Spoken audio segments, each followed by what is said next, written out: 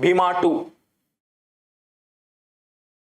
See, when Bhima 2 ruled over the Solanki dynasty, one more Muslim invader, he invaded Gujarat.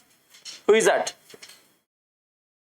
In 1190s, 1180s, who is that ruler? Muhammad Ghori. So this time Muhammad Ghori invaded Gujarat. So your Bhima 2, he fought against Muhammad Ghori. Earlier Bhima 1 was defeated by Ghazni, but this time Bhima 2 defeated Ghori.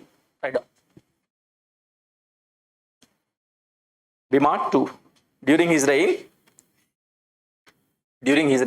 Muhammad Ghori attacked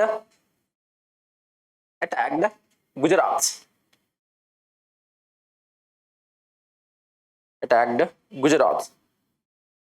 They fought in the Battle of Mount Abu.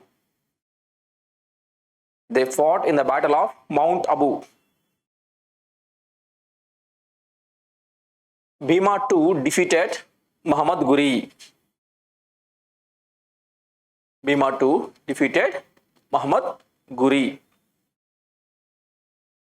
Okay,